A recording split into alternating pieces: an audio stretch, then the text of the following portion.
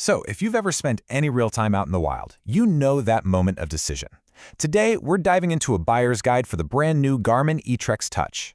We're going to break down whether this thing is actually the modern compass every adventurer needs, or if it's just another gadget to weigh down your pack. Let's find out. Okay, let's start with a question that really gets right to the heart of it. You're out on the trail, miles from anywhere, and you reach for your phone to check the map. Is that phone a lifeline you can trust, or is it a liability? Just one slip away from being a very expensive, very useless brick. And this really is the core of the whole debate, isn't it? I mean, look at this. Your phone's battery, you're measuring that in hours. A dedicated GPS, we're talking days. Durability? Come on, we've all seen a phone screen shatter from a short drop. This thing is built to military standards for ruggedness. And the big one, accuracy. Your phone's GPS can get, well, let's just say creative when you lose your signal. A proper unit uses superior multiband systems, so you always know exactly where you are.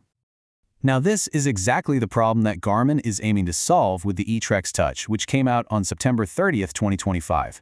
It's not trying to be a phone. It's built from the ground up to do one thing and one thing only: be an incredibly reliable navigation tool.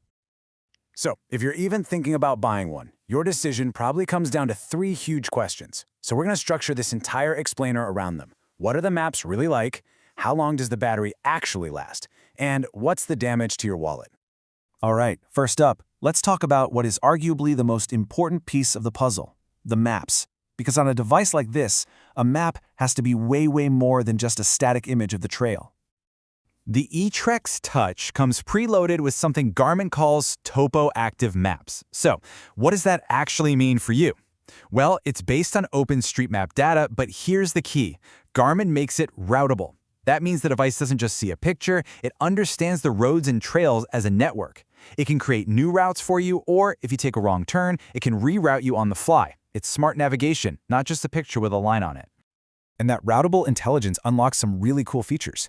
Garmin uses its massive database of user activities for popularity routing, so you can actually follow the paths that are already tried and true. It can even create custom round-trip routes for you based on how far you want to go. Oh, and for all you hikers and cyclists, ascent planning is brilliant. It actually shows you the climbs coming up on your route, so you know exactly what you're getting yourself into. Okay, next up is the second huge reason you'd even consider a dedicated GPS: the battery life. This is where a smartphone just can't hold a candle to it, and the numbers here, well, they're pretty staggering. In its standard mode, and we're talking high-quality GPS recording every single second, you get 130 hours. To put that into perspective, that is over 5 full days of nonstop use. But wait, it gets better. If you're on a really long trip and you can get by with less frequent GPS pings, you can switch it to expedition mode. And that bumps you up to a whopping 650 hours. As The Verge pointed out, that is nearly a full month of power. Insane. So, I know what you're thinking, because it's what I was thinking. Okay, what's the catch? How is that even possible? Well, the reviewer, the 5K runner, just hits the nail on the head here. There is no catch. See, this thing is an optimized device. It's got an energy-saving screen, a super efficient GPS chip, and a big battery. It's not wasting power trying to run social media apps. Its one job is navigation, and that single-minded focus is exactly how it pulls off these incredible numbers. All right, let's talk about that final crucial factor, the price. You're getting incredible maps and just absurd battery life, but what's the investment going to be? In the United States, the suggested retail price is $449.99. Now, that definitely puts it in the premium handheld category, but it's still priced below a lot of Garmin's high-end GPS watches. And hey, for all of our international viewers, here's just a quick breakdown of how that price translates across a few key regions. So, we've covered the maps, the battery, and the price. But where does the eTrex Touch really fit into the bigger picture? To figure that out, we've got to compare it to its siblings in the eTrex family. I love this quote from the 5K runner because it just frames the whole thing perfectly. He says it sits in the Goldilocks zone. It's not the cheapest, and it doesn't have the absolute longest battery life, but for a huge number of people, it's going to be just right. And you can really see that Goldilocks idea right here. To get to that lower price, the SE and Solar models use simpler monochrome screens and, this is the big one, they have no preloaded maps. You have to use a connected app. The Solar's big trick is its potentially unlimited battery life, but you're giving up those amazing on-device maps and the big color screen you get with the Touch.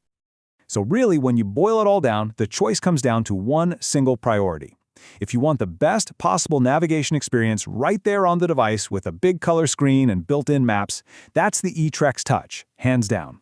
But if you're planning a month-long trek where infinite battery is the only thing that matters, well, then that's where the eTrex Solar comes in. Okay, let's pull all of this together. We've looked at the maps, the battery, the price, and how it stacks up against the competition. So, what is the final verdict on the Garmin eTrex Touch? So let's weigh the pros and cons. On the plus side, you've got that intuitive color touchscreen, those amazing preloaded routable maps, superior accuracy, and it's built like a tank. The drawbacks? Well, it does have a higher price point. The battery isn't quite as long as its simpler siblings, and if you want the really fancy map details like satellite imagery, you'll need a subscription for that. But even after weighing all those trade-offs, the consensus from the experts is pretty clear. For the person who wants a complete, super capable navigation package right out of the box, the eTrex Touch is, as the 5K runner puts it, the real deal, the complete deal. And that kind of brings us right back to you. When you're planning your next big adventure and thinking about your gear, the question isn't just about which device to buy. It's about how much you value certainty, durability, and power when you need it most. So, is a dedicated GPS going to be your answer?